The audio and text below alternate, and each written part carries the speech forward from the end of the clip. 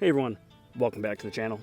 Today's review we are taking a look at the Procyon, the newest distance driver from Panda.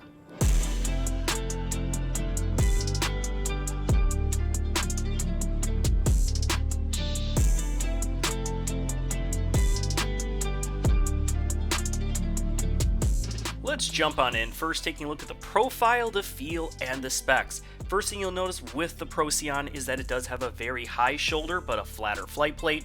Also, it does have a sharp wing, but the nose is pretty rounded, so it doesn't feel like it's gonna cut into your hand. For the feel of the plastic, it's kind of this combination between premium and baseline. It has a good tacky feel to it like baseline. Even when wet, my fingers are not slipping on it. But in terms of durability, I'll touch back in a little bit later on in the video. And for the stiffness, it is a pretty stiff plastic. It's also worth noting that because it has that flat flight plate, even with the higher shoulder, it still has a pretty shallow feel to it. So for both backhand, but also for forehand, it does feel fairly comfortable. Next up, let's jump into the flight numbers and the flight. First, those flight numbers. Speed 11.5, glide 4, turn -1, and a fade of 2. As a player with smaller hands, I definitely agree that the speed is an 11.5, as it's not quite up there with the speed 12s where it's uncomfortable, but it's noticeably wider than my normal speed 11s. So if you're a player like myself with smaller hands, don't be deterred by the slightly wider rim, because even for me it is completely bearable. Alright, but you're all here to see how it flies for my slower arm speed. Well, when thrown on a hyzer, it is going to do just that.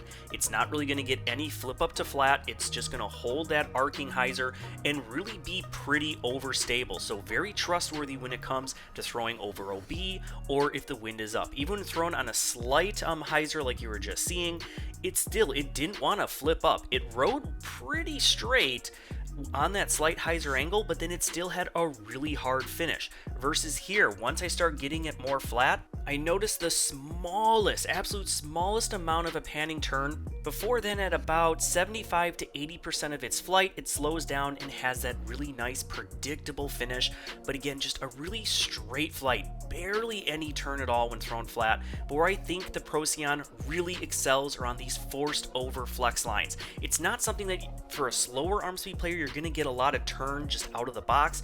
Instead, you're gonna have to put it on these forced over flex lines, but it has enough middle and late stability that it is going to fight out of those turns very reliably with a bit of a hyzer finish. So again, if you're throwing kind of over out of bounds or around an obstacle, or it's just windy, you can still trust this to hit decent amount of distance even when thrown on kind of a more forced over line. And because of that, even if you do throw it on a more extreme anhyzer angle, you don't have to worry about this turning into an accidental roller. Even when thrown on a more extreme anhyzer, as long as I give it a bit of height, as you can see there, it leveled itself out and then still had a decent hyzer finish.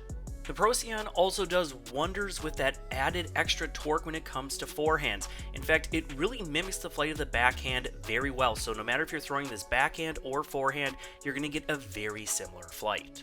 Which is great to have a driver that you can use both backhand and forehand and trust it to hit the same lines. So when throwing this on a forehand, you can get really nice, easy kind of flexing shots. Just have to start it flat, maybe a little bit of an anhyzer line, and you're gonna get these nice kind of panning amount of turns. Before then, about 2/3, 3/4 of the way through the flight, it'll check up and have a hyzer finish.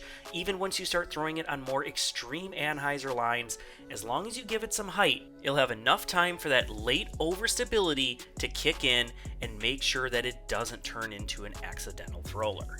So if you're looking to get into distance drivers and you need something that is going to be predictable, reliable, again, if you're throwing over OB or if you play in a lot of wind, the Procyon may just be what you're looking for.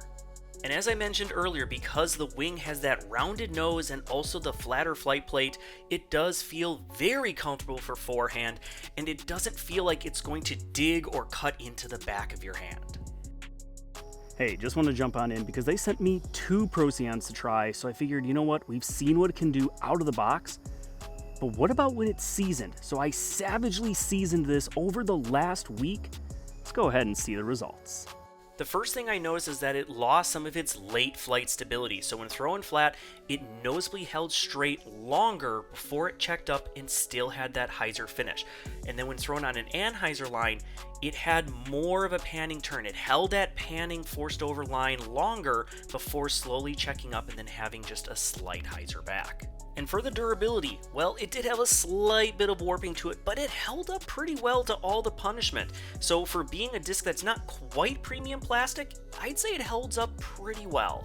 So one of my favorite uses out on the course for the Procyon, well, obviously in the wind, but also for those straight to hyzer finishing shots where I need something to get around an object late, but still have a hyzer finish. Also for forehands, for the same thing, if I need something to ride out straight and get around an object and have a nice hyzer finish, or for those forced over flex shots.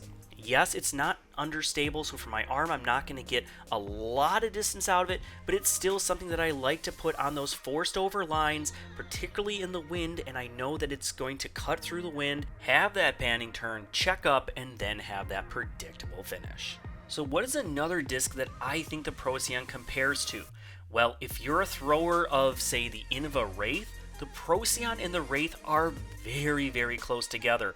In fact, the Pro Wraith that I have been using for another video, I feel they fly almost identical. They both hold a hyzer very well.